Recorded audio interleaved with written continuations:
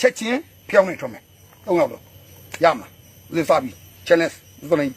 ဖျောင်းနိုင်ထွက်မယ် ထုံးရင်ပါလေဘာဖြစ်မှာလဲ အဲ့လေမှန်တဲ့လူက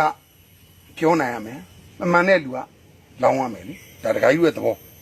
တပည့်တော်ကထုံးလေဘာထုံးဖျောင်းနိုင်ထုံးလျှက်စီမီထုံးကြိုက်တာထုံးတပည့်တော်ကမှန်တာလွဲပြီးကြံတာမပြောဘူး အေးဟုတ်ပြီအဲ့တော့ပြော မှန်သောသစ္စာစကားကိုပဲဆိုတယ်မှန်သောစကားကိုပဲပြောတယ် ဟုတ်ပြီ မိုးကုတ်ဆရာတော်ဖရာကြီးရဲ့ဥပနိဒေယကိုညီနာနိဒေယကိုတရားအားထုတ်ထားတယ်ယောဂီတယောက်ဖြစ်တယ် ဟုတ်ပြီ နောက်တော့ရွှေကျော်ဣသတဲ့မေကြီးစေကိုင်းတော်ကိုလည်းယူထားတဲ့ပုံကိုတယောက်ဖြစ်တယ်ကြိုက်တဲ့ဘက်ကစစ်လို့ရတယ်တရားနဲ့ပတ်သက်လို့ကစစ်လို့ရတာနော်ရွှေကျော်ခိုင်းတော်တစ်မျိုးတည်းနဲ့မဟုတ်ဘူးတရားနဲ့ပတ်သက်လို့လည်းပဲအချိန်မီဝေးမှတ်ကြောက်တင်ပြီးစစ်လို့ရတယ် ကောင်းတယ် ဘိုးဘုတ်တရားနဲ့ပဲပြောတာနော်ကျန်တဲ့တရားတွေတော့မသိဘူးအချိန်မီဝေးဖျောင်းနိုင်မကားလို့လျှက်စစ်မီတွန်းတွန်းကြိုက်တဲ့အချိန်ကြီးရတယ် ဟုတ်ပြီ အဲ့ဒီဝိပဿနာရောဒီစေကုတဲ့ဒီရွှေညောအိဆာတရားမင်းစီစေခိုင်းတော့မှတ်ကြောက်တင်ခံနိုင်တယ်ဒါဗုဒ္ဓနဲ့ပတ်သက်လို့ကျွန်တော်တို့ရွှေညောအိဆာတရားမင်းစီစေခိုင်းတော့ဟာတရားဓမ္မတွေလက်လွတ်လုံနေတယ်မဟုတ်ဘူးဆိုတာကိုလုံးဝပြခြင်းတယ်မှတ်ကြောက်တင်ခြင်းတယ်တိုက်တဲ့မိထွန်းတိုက်တဲ့ဟာလှုပ်လိုက်စိန်ခေါ်တယ်ဘုံဘုံစိန်ခေါ်တာမဟုတ်ဘူးဘုံဘုံစိန်ခေါ်တာမဟုတ်ဘူးဘုံဘုံတပြီးတော့ယူသေးတယ်လေးစားတယ်ဆိုတော့ဖရာတရားတန်ကယရဏသုံးပါးကိုကြီးညိုတယ်ဒီလိုမယုံကြည်တဲ့သူတွေအတွက်ပြတ်ပေါ်မရီပါ ရှိတာနော် ပြန်တကားတော့တခါပဲမင်းမယ်ကိုစိုးနိုင်ကြီးအထက်လန်းလားအောက်လန်းလား အထက်လန်းဆရာ ဟုတ်ပြီနော်ဦးစံတစ်ခုစီမေးသွားမှာနော် မေးတယ် အဲ့တော့ အထက်လန်းဆရာ အထက်လန်းစရာမှန်ရင်အစိတ်ကိုနိုင်တာ အထက်လန်းဆရာမှန်ရင်အစိတ်ကိုနိုင်တာမှန်တယ်ဒါပေမဲ့တခုပြောပြမယ်ဟိုလူဆိုတာကန်ကန်ကြိုးလဲယုံကြည်ရတယ်စိတ်ကိုနိုင်တာမှန်တယ်ကန်ကန်ကြိုးလဲယုံကြည်ရတယ် အစိတ်ကိုနိုင်တာ နိုင်တယ် စိတ်မဟုတ်ဘူးနော်အစိတ် အစိတ်ကိုနိုင်တယ်အခုမှတဘာဝလျောက်အခုမှမွေကြိုက်လာတဲ့လူကျွန်တော်တို့တပည့်တော်တို့စေကုဘူးတယ်စေကုဘူးတာကိုကန်ကန်အကျိုးလျောက်တောက်တဲ့လူတွေတပုံကြီးပဲစေုံသွားကြမလို့ဘူးလေကွက်ထဲမှာမွေကြိုက်တယ်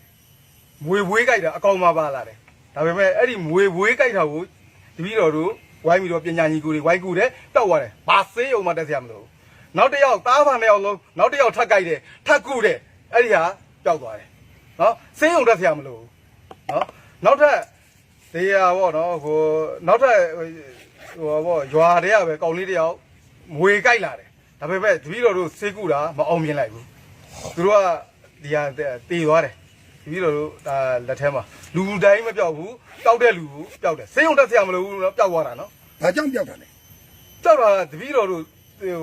သစ္စာဆိုပြီးကူတယ်တပည့်တော်ဒီရွှေကျော်အိဆာတရားတွေမေးစေခိုင်းတော်ကိုတင်ပြီးဒီနေမှာစားရွေးယနေ့အထိဒီကျွဲသားနာသားများကိုမစားဘူးတေသက်ကိုမတော့ဘူးသူများကာမပိုင်များကိုခိုးယူပေါင်းသိမ်းခြင်းလုံးဝမပြုဘူးဤသစ္စာပြတ်ခဲ့ပါကမဟာအဝေသည်ငရဲမှာမကြွတန်းခံပါသေးတာဤသစ္စာမှန်ခဲ့ပါကဤတနင်္လာသားအင်္ဂါသားစသဖြင့်ပေါ့နော်ဒီသူကိုတက်နေတဲ့အစိတ်ဒီကြောကြပျောက်ကင်းပါစေတည်းရှင်သူလက်ကြီး အဲ့ဆိုရင်ဆေးက သစ္စာနဲ့ ကောင်းပြီခါကြီးကိုဦးစံမေးချင်တာအဲ့ဒီမွေစိတ်ကတခါကြီးသစ္စာနဲ့ရှော့ကြတယ်ပေါ့ သစ္စာတဲ့မရဘူးသစ္စာရောစေရောနှစ်ခုပေါင်းဆက်တယ်ဗျာ ဘာစီတော့ ကျွင်ကျော်အိဆာတရားမိသိစေခိုင်းတော်မှာစေးဆိုတာရှိတယ်အခုပါလာတယ်ကြည့်မယ်ဆိုရင်ပြပြီ ဟုတ်ပြီအဲ့ဒါနဲ့ပတ်သက်လို့သူတတ်တတ်မေးမယ်လေ ဟုတ်ပြီ ဦးစံလည်းဒါနဲ့ ကြည့်ရင်လက်တွေ့ပြပေးမယ်ဘိုးတော်ဟန်လက်ထဲကနေပြီးတော့မှကျွန်တော်ဆရာညောက်ကလာကဆရာကြီးဥက္ကမောင်ကြီးလက်ထဲကိုတိုက်ရိုက်ပေးတယ်ဆရာကြီးဥက္ကမောင်ကြီးကနေတော့မှတပည့်တော်ကိုစွန့်ထားတဲ့စေးတော်စစ်စစ်ရှိတယ်ကျွင်ကျော်ခိုင်းတော်ကစေးတော်စစ်စစ်ရှိတယ်အကြည့်တော့မဟုတ်ဘူးတပည့်တော်ဟိုငရုတ်ကောင်းသီးတာလောက်ပဲရှိမယ်အဲ့လောက်စေးတော်အစ်စ်ကိုတင်ထားတယ် တလုံးနဲ့လား တလုံးမဟုတ်သေးသေးလေးဒီရင်ကောင်လောက်ပဲရှိမယ်ပြီးတော့စေးတော့အစ်စ်ကိုလိုချင် န လို့ မူနာပြဖို့ ရှိတယ်အခုလည်း နမူနာပြဖို့လားလို့ နမူနာပြဖို့ဆိုတာတဲ့ပြီးတော့တို့ရဲ့ဆရာဇက်ကဒီလိုမျိုးကိုတင်ထားတယ်ဆိုတာဒီစေးတော့အစ်စ်ဆိုတာဒါမျိုးကိုခေါ်တယ်ဆိုတာကိုပြဖို့ပဲတင်ထားတာ ဒီပေါ့ စေးတော့ဆိုတာလည်းအစ်စ်ရှိသလိုအတူတွေလည်းရှိတယ် ကုဖို့မဟုတ်ဘူး အဲ့ဒါကကုလို့လည်း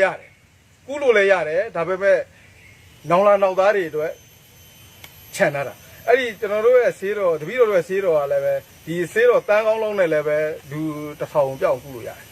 အဲ့ဒီအတွက်တပည့်တော်ကအခုကပဲချမ်းစည်းလောက်ရှိနေတဲ့အတွက်အများကြီးကုလို့ရတယ်သိန်းတန်းနဲ့ချီပြီးကုလို့ရတယ်ဆိုတဲ့သဘောပဲ ကောင်းပါပြီဆိုတော့